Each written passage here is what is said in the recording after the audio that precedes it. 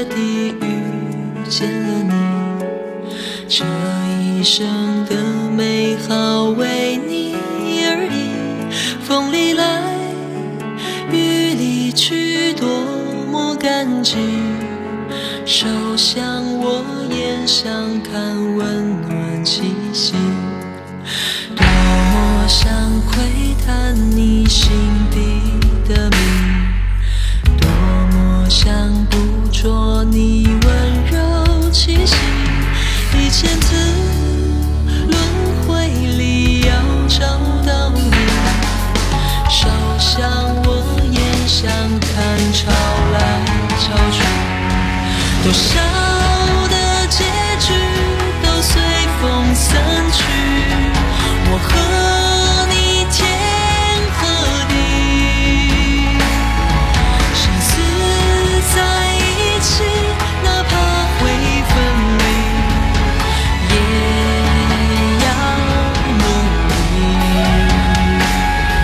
多少的期许刻在石碑里，我和你天和地，注定的相遇，哪怕要放弃，也要珍惜。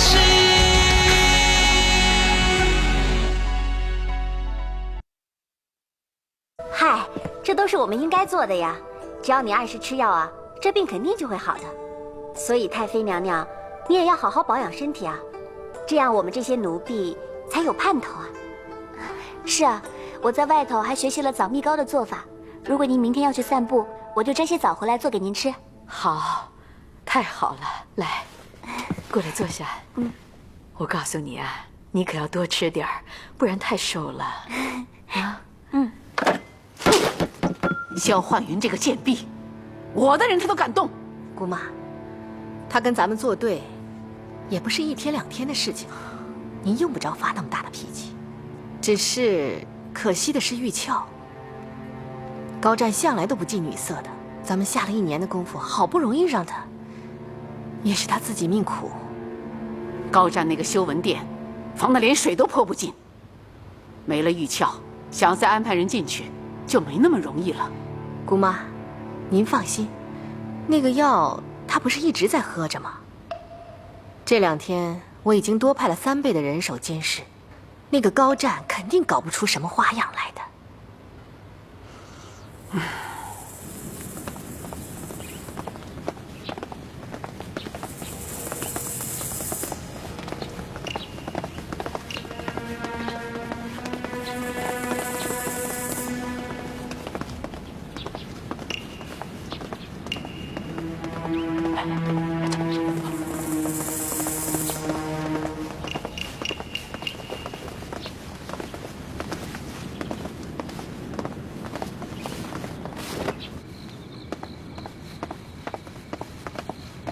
哟，新贵人出来了。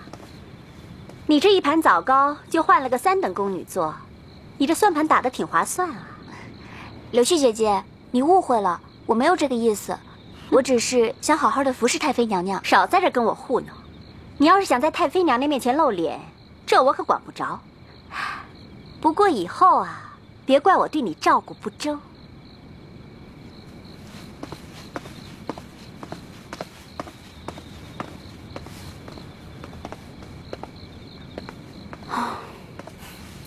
他什么气啊？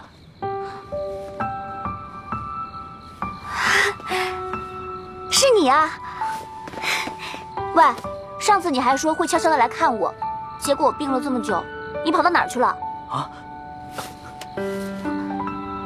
你病了？什么时候的事？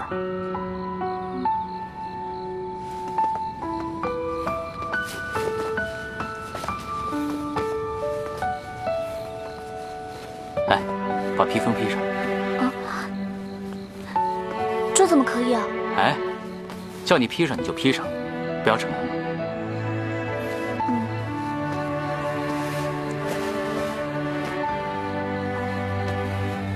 哎，起初啊，我想把你调出清净殿的，后来呢，我想了一想，这里是冷宫，可以远离后宫争斗，所以呢，哎，再说，周太妃也算是我祖母那辈的人，她那么喜欢你，我觉得呀，你留在这里也是件好事。嗯，我也很喜欢太妃娘娘。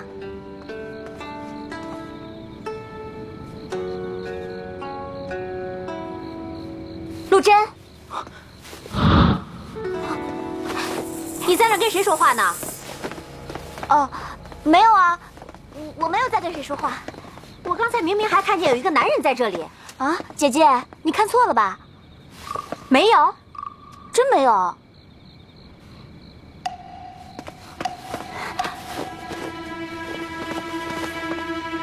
那这是什么？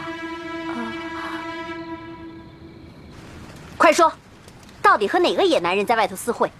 我没有。嘴硬是吧？等会儿把你叫到内侍局，两鞭子一抽，你就什么都招了。我真的没有。走，把他给我带到内侍局去。我没有，我真的没有。我大晚上的要绑谁呀？哎呀，太妃娘娘，您怎么来了？这大晚上的，风这么大，您要是着了凉的话，太医又该唠叨了。本宫在问你话呢，听见没有？回太妃娘娘的话，是陆贞在外面私会男子，那个就是那个野男人的东西。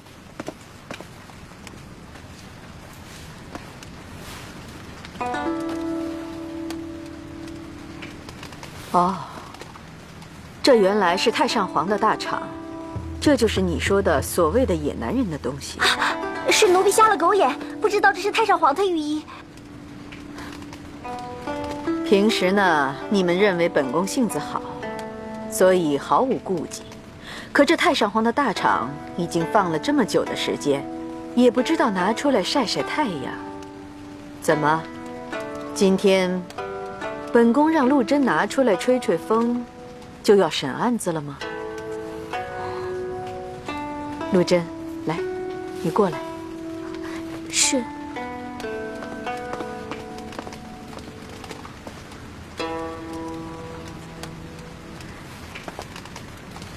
你们都给我听着，陆贞这孩子，本宫就是喜欢她，你们谁也不可以委屈了她。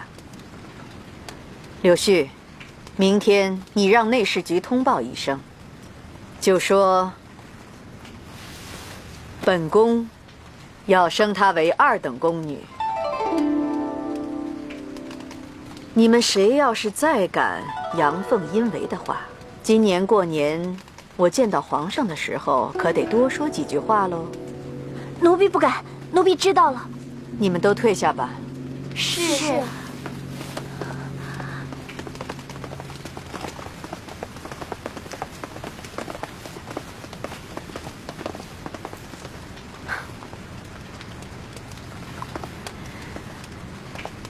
好孩子，不要怕，不就是跟个侍卫私会吗？咱们都是草原上的儿女，这不算什么。刚才他来求过我，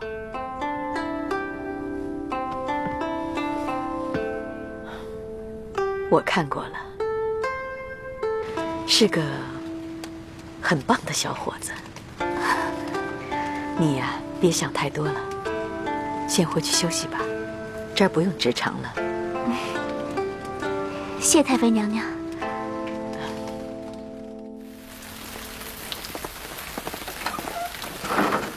陆贞，陆贞，好妹妹，你呀，现在身份可不一样了，怎么能住在这种地方呢？这样吧，跟我住到西边，那儿呀，1人1间房，要比这儿宽敞得多。去，帮你姐姐收拾一下。是，我来吧。走。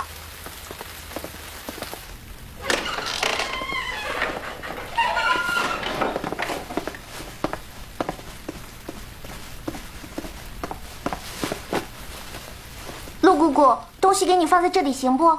哎呀，你别这样子，我们还是好姐妹。你不要这样子，我已经听说你的事了。听说宫里这么多年来，没有4等宫女2天就升到2等宫女的先例，你现在啊是个大红人了。这是柳絮姐姐给我的槐花蜜，味道甜甜的。槐花蜜，哇，又是吃的，谢谢姑姑。那你有什么事再吩咐我，我先走了。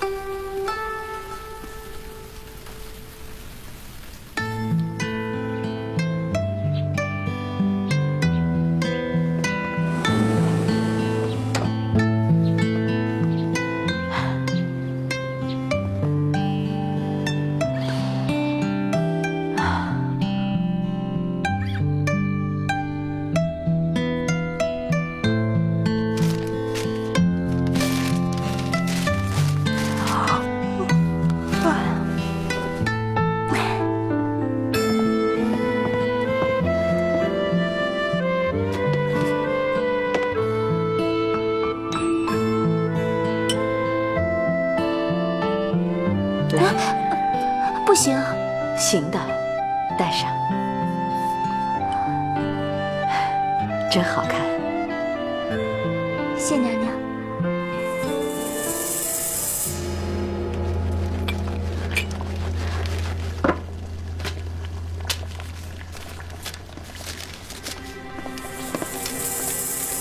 喂，干嘛呢？你想给太妃下毒？你少声点儿。这不是毒，是我跟别人要的杏仁粉。太妃一吃这个东西，一定会发热。这要是被别人发现了，那可怎么办呀？你要不说，谁会发现啊？我就是想给那个陆贞一点教训。你看他才来没多久，整个清静殿就成了他的天下了。柳絮姐，太妃现在只宠他一个人。你看这店里上上下下的，还有谁拿咱们俩当回事儿啊？哎呦，那你也不能这我们服侍太妃的时候，她一病就是4、5年啊。陆贞一来，才1个多月就能睡能走了。这事儿要是传到内侍局，还有我们好受的吗？轻了是责骂2句，重了只怕……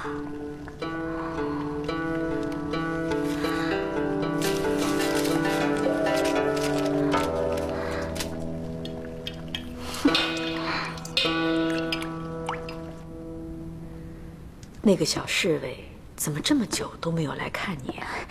太妃娘娘，行了，快说，不许跟我藏着掖着。他派人捎了个信儿过来，说他最近有些忙。要不要我做主，让你们2个成？太妃娘娘，我看我还是扶您过去休息吧。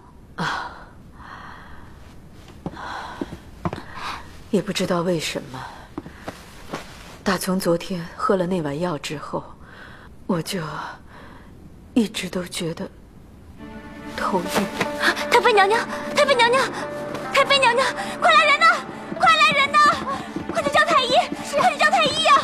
太妃娘娘，太妃娘娘，太妃娘娘，醒醒啊！太妃，快！哎，快！姐姐，怎么办呀？太妃今天怎么病成这样？你慌什么呀？你下药的时候胆子不是挺大的吗？现在反倒害怕了。她要是病死了，倒是正好，咱们就可以离开清静殿了。对呀，我怎么没想到啊？反正这几天太妃身边的事儿，咱们俩都别管。就算以后内侍局怪罪起来，也有那个陆贞顶着。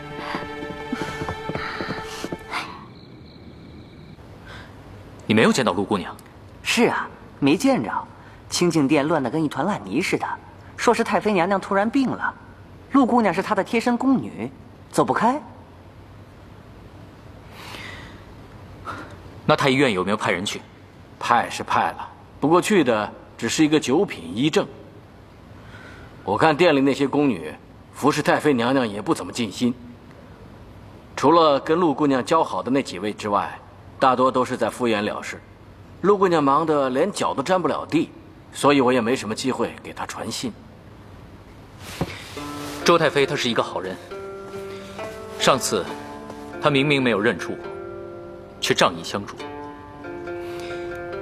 我不能看着她受罪。姚璐，哎，你去帮我给王尚仪那边打一声招呼，就说我听说清静殿那边的人照顾周太妃不利，让她帮着好好理一理。是。你们身为宫女，居然敢怠慢主子！贵妃娘娘发了话，要是再让她听到这样的事儿，必定重罚。是。干活吧。姑姑，还请姑姑在贵妃娘娘面前帮我美言几句。说句忌讳的话，这清静殿毕竟是个冷宫，这很多宫女得知太妃娘娘病了，都动了坏心思，个个都想着等太妃娘娘升了天，能找个法子跳出这个火坑。你们就做梦吧，别忘了太妃娘娘是契湖人，她临死前要是发句话，你们这些人都得陪葬。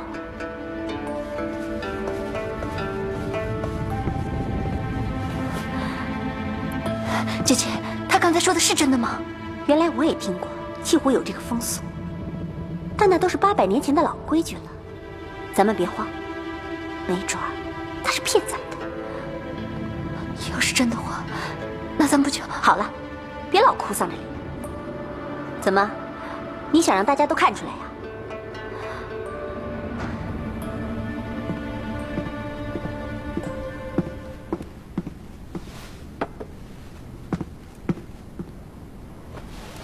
姐姐，你都守了1天了，去补补觉吧。不行，太妃娘娘的烧刚退，我不放心。要是我能替你顶顶班就好了，但偏偏我什么事情都能办砸。姐姐，你怎么不找柳絮、何蕊他们替你顶顶班呢？他们2个你又不是不知道，只会做做样子。他们现在不敢啦，内侍局的人一来，这清静院就跟变了天似的。太医不也说了吗？太妃娘娘的身体好了不少，只要按时吃药、按时扎针，很快就会好了。那你把药端过来吧。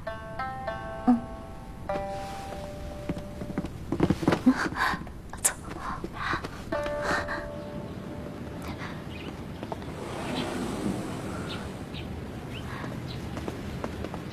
你打听的怎么样了？他们有没有说？他们说啊，殉葬这事儿，3年前还真出过一桩。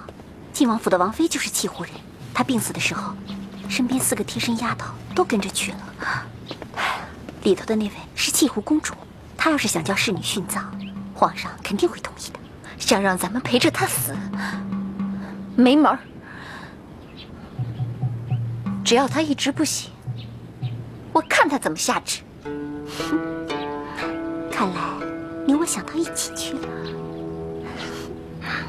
这事瞒不过别人，我得拉着他们一起干，才能成大事。还得下手快，一定要赶在太妃醒了之前。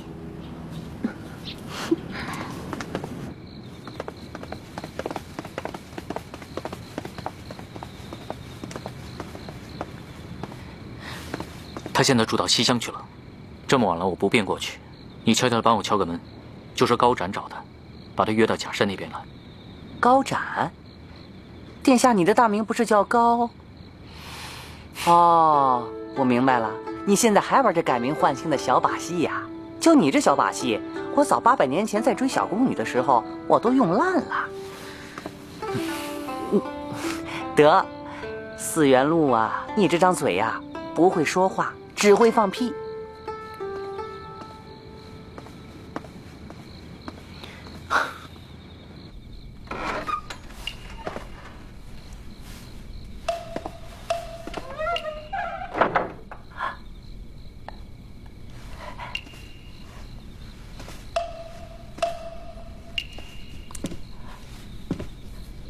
陆姑娘，陆姑娘，睡得跟死猪一样，殿下怎么会喜欢你呀？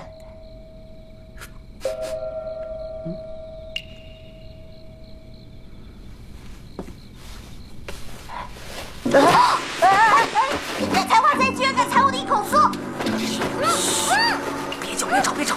陆姑娘，不要吵！我是元禄，是殿下，不是高展让我来找你的。你不认识他吗？你不能不认识他，你不能这个样子啊！哎，听我说，丹娘，听我说，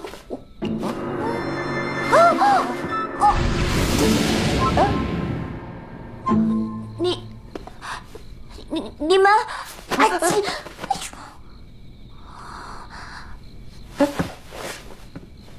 你不是陆姑娘，你才是陆姑娘。姐姐，他是个采花贼，想偷我的一口酥。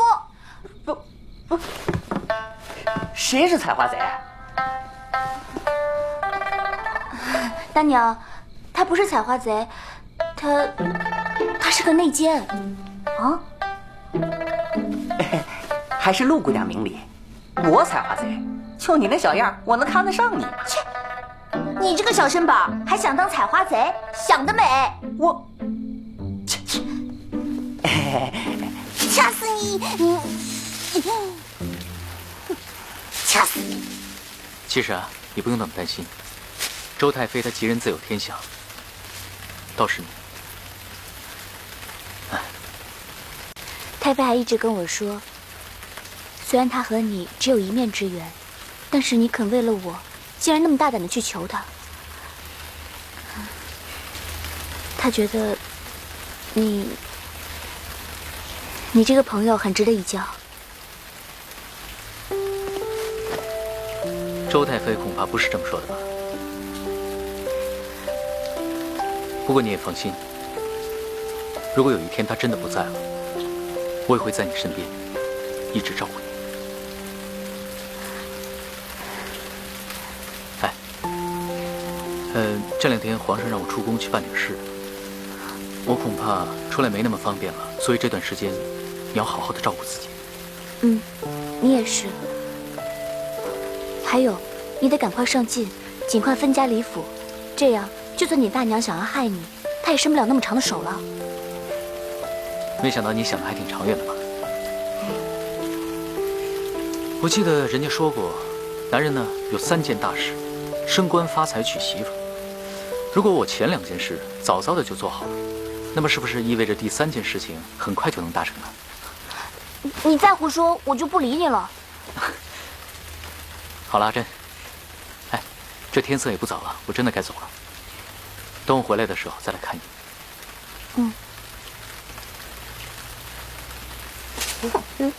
杨璐，啊，走。哦。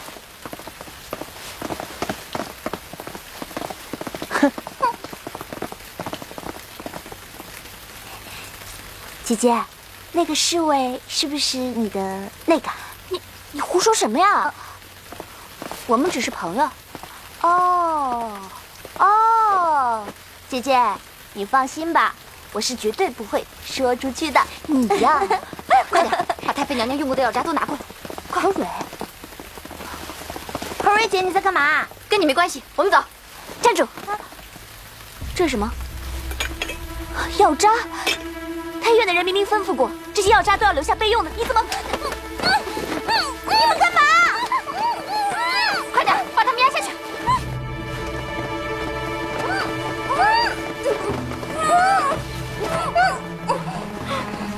只要你别嚷嚷，我就把你放开。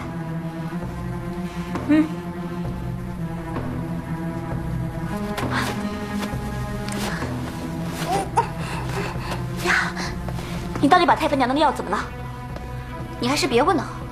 你竟然敢谋害太妃！我要去内侍局告发你。去啊，现在就去。你以为我会怕你？我告诉你，太妃本来就没几年好活了，现在她快要死了，只要她一喜，8成会留下遗旨，让我们按契湖规矩全部殉葬。不可能！他们白天也都不信，结果自己上宫里打听了一圈，现在不都是肯跟着我们一起干吗？陆贞，我知道你是个好人，可是你不能为了太妃娘娘就不管我们的性命了呀。是啊，陆贞，你不能不看看他们，你就忍心看着他们活生生的被埋在黄土里吗？太妃娘娘是好人，她不会这样做的。无论如何，我都不许你们给太妃娘娘下毒。大娘，我们走。这件事我们不会说出去的，但你们也最好收敛一点。走。好了，都别哭了，先出去吧。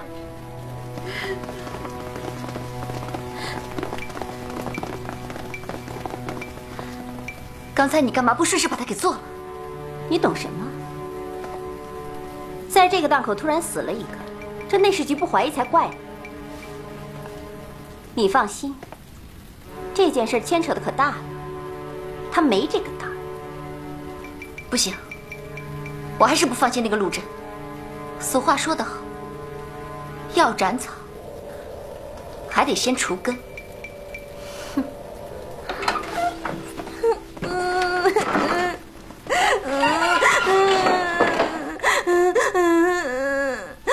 姐姐，怎么办呢？他们居然谋害太妃，那我们怎么办呢？不知道，我也不知道。你说他们会不会灭我们的口啊？我还不想死，我还有好多东西没有吃，还有我最爱的一口。大娘，你冷静一点。他们们刚才没有动手，现在更不会。我们得好好想想办法。我们得好好想想，找个人帮忙才行。行了行了，多大点事儿啊，吓得连魂儿都没了。不就是殉个葬，死个人吗？那可是天大的事啊！太妃娘娘她是好人。好人？哼！这宫里就没出过好人。这周太妃死了，也是上天去享清福去了，总好过在这清静殿里熬日子吧。你那么害怕干什么呀？那2个小姑娘，上次把你送到这儿来整死，不也没成事吗？大人，你是什么意思？能说清楚一点吗？连这点事都看不清楚，你还想当女官呢？这周太妃得病，是你害的吗？那她醒过来的话，又关你什么事？那不就结了吗？周太妃不醒，你就不用殉葬，所以柳絮他们干什么，你也用不着管。到时候太妃死了，令侍局自然会治他们几个大宫女服侍不周的罪。到时候他们是被打死也好，还是被送去做罪奴也好，也算是帮你的周太妃报了仇了。那怎么成啊？太妃娘娘她……行了行了，要不是看在你帮我整理书稿的份上，我才懒得给你指这条明路呢。话说到这儿，要怎么做，由你定。放心吧，你要是忠心耿耿的去殉了葬，到时候朝廷自然会封赏你的，中原十五什么的，也就省得给你烧香了。元寿，帮我送客。我要是你呀，我这2天就缩在屋子里不出来，省得别人又打什么坏主意。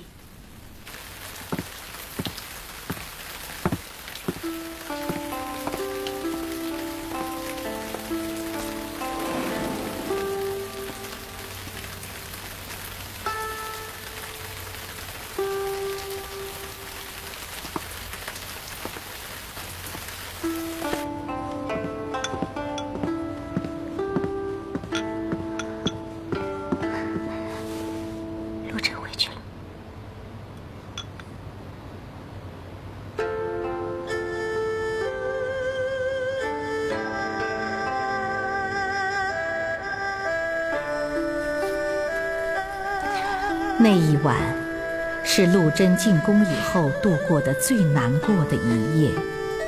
她第一次发现，原来袖手旁观这4个字也会变得那么沉重，那么让人窒息。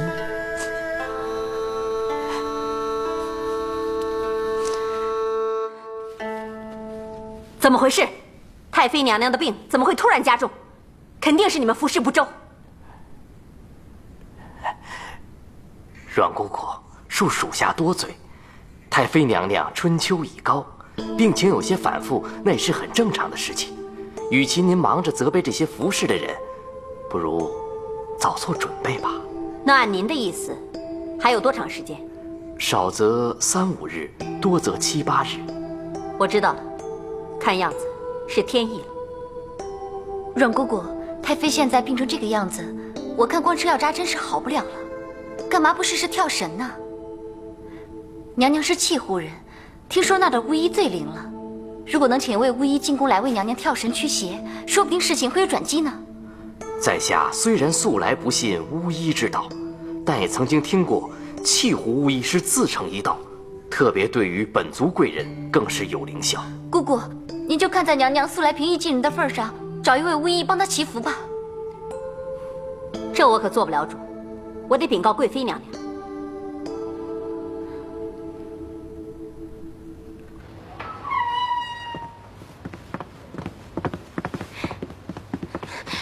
你等等，在搞什么鬼？不说清楚不准走。侯蕊，刚才你什么意思啊？其实我的想法和你是一样的。给太妃下药的事，我想想也总是后悔。毕竟我也给娘娘念了5、6年的经了，我怎么能眼睁睁地看着她去死呢？如果真的能为娘娘请来巫医，也算全了我们主仆之情。你会这么好心？信不信随你。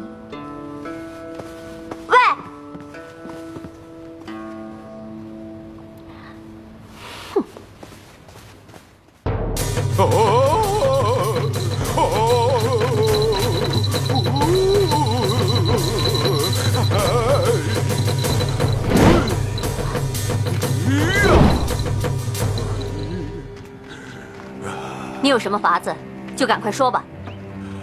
长生天说，只要喝下一碗神药，他就一定可以康复。是什么样的神药？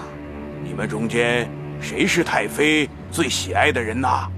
只要割他一块心头肉，拿来熬汤喝，太妃的病才能够痊愈。你们别听他胡说，世上哪有用这种恶毒的方法救人的？陆贞，你着什么急啊？巫医大人又没有说一定要用你的肉，难不成你贪生怕死，舍不得割你那点肉就请太妃娘娘？我看呐，太妃娘娘算是白疼你了。枉费她才破格把你提升为2等宫女，这到关键时刻，你血口喷人，明明是你们联合起来的！你们，哎，你干什么？大娘，太陆姐姐，你们放开我们！放开！姑姑，这陆贞就是太妃娘娘最喜欢的贴身宫女了，只是她胆小怕死，关键时刻居然不敢为主效忠。这是你们清静殿的事，你们自己安排吧。是。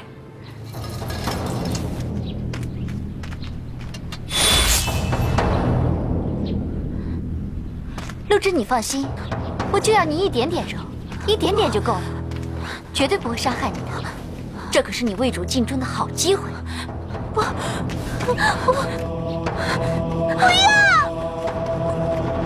住手！你们还想闹到什么时候？腊梅，你过来做什么？上士大人，听说你们这儿闹得乌烟瘴气的，让我过来瞧瞧，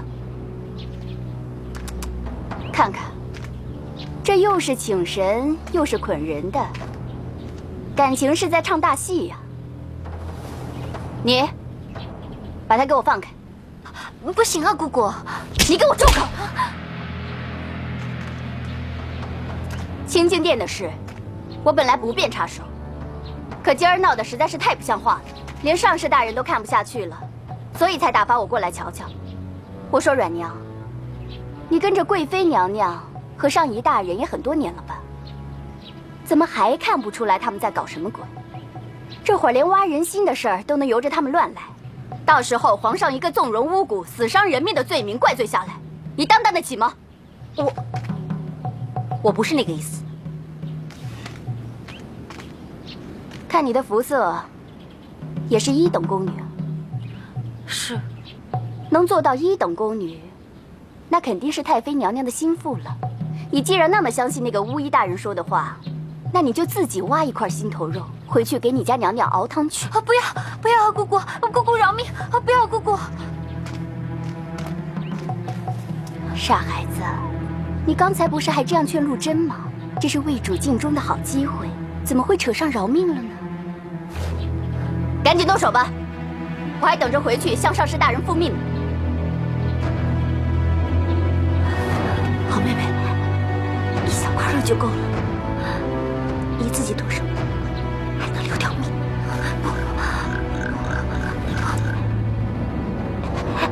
也许就用这块肉，就能治好太妃娘娘的病，求个赏赐，出宫的。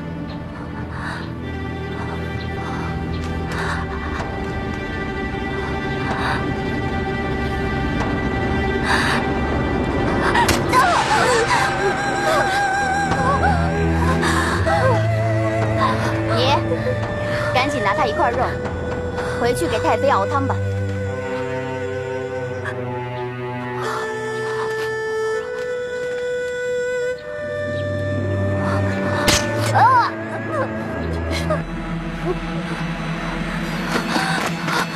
姑姑，我为娘娘割肉治病，也算是立了一功。你能不能看在我为主尽忠的份上，赏我出宫治病？赏你？太后娘娘万寿盛典近在眼前，你却故意搞出这血光之灾。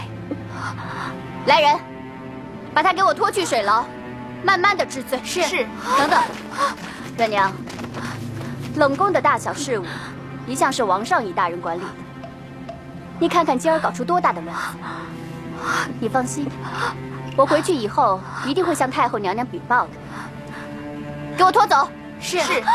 姑姑饶命！姑姑饶命啊！姑姑饶命！柳絮，还不赶紧去熬你那神药？哦，对了，这熬神药的主意可是你们出的。如果到时候太妃娘娘的病还没好，哼！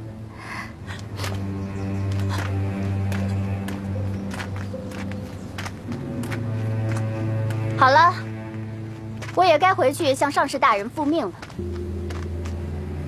你运气倒还不错，前段时间长公主殿下还来信，请上士大人都关照你一下。啊，我倒是救了你一命。你们还愣在这里干什么？收拾东西，把这些巫医都给我赶走！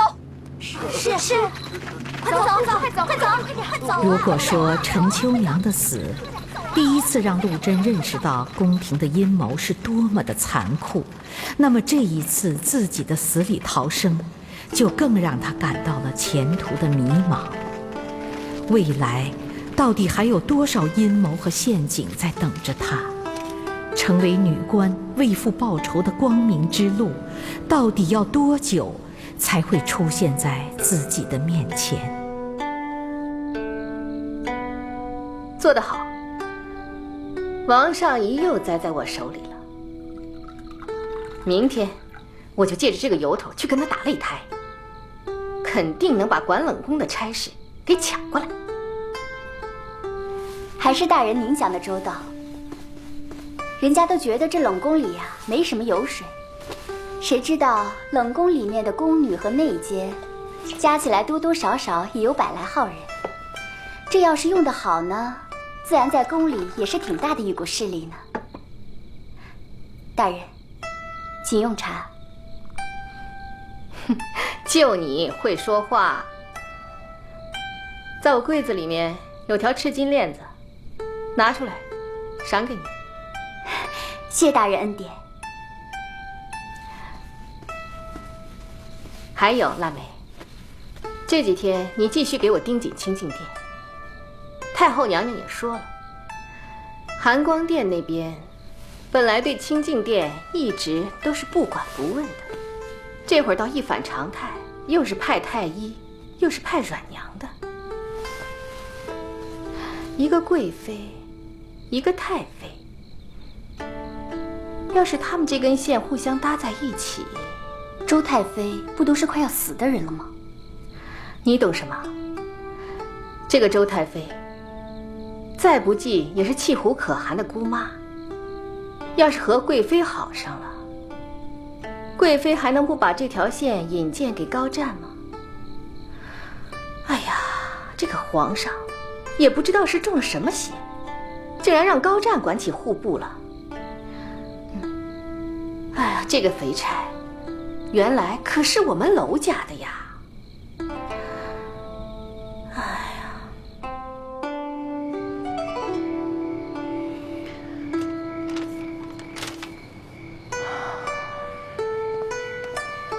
殿下，已经3更了。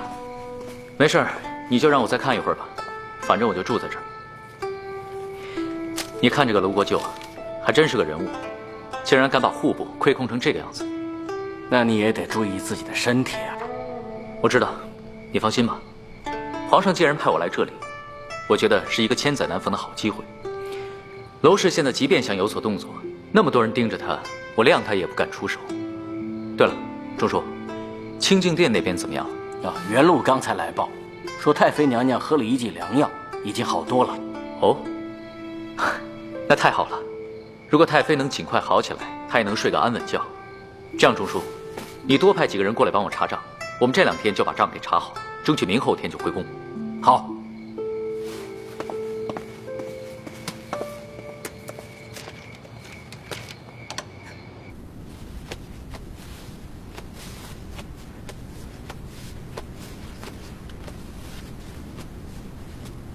太妃娘娘，你醒了！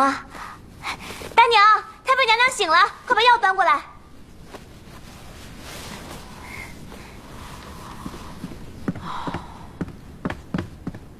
太妃娘娘，你终于醒了！我怎么还没死啊？呸呸呸！大吉大利，快来把药给喝了吧。娘娘，你这一病，陆贞姐姐她都没有睡好觉，对你比对亲奶奶还要贴心呢。不用丹娘说，我也知道，好像柳絮他们以为我这个老婆子不中用了，许多的话在我面前毫无顾忌。这要换成年轻的我，早就把他们拉出去砍了。可现在呢？别人说什么咱不用理会，您还是赶紧好起来。我学做的樱桃肉啊，您还没尝过呢。我就知道你是真心对我的。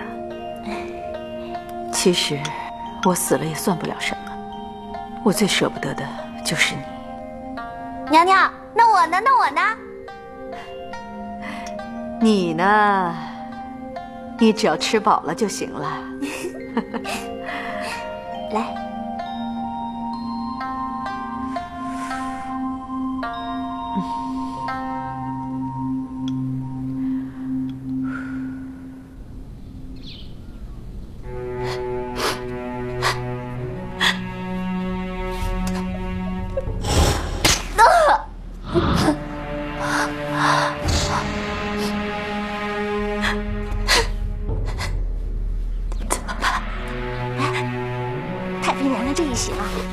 是要倒霉了。你是说柳絮？哎，你可别胡说啊！上头到现在都还没收拾他，说不定人家还有什么后台呢。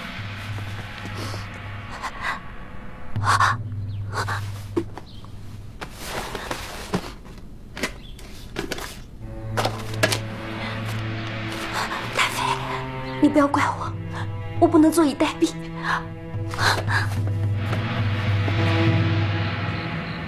这有一封信。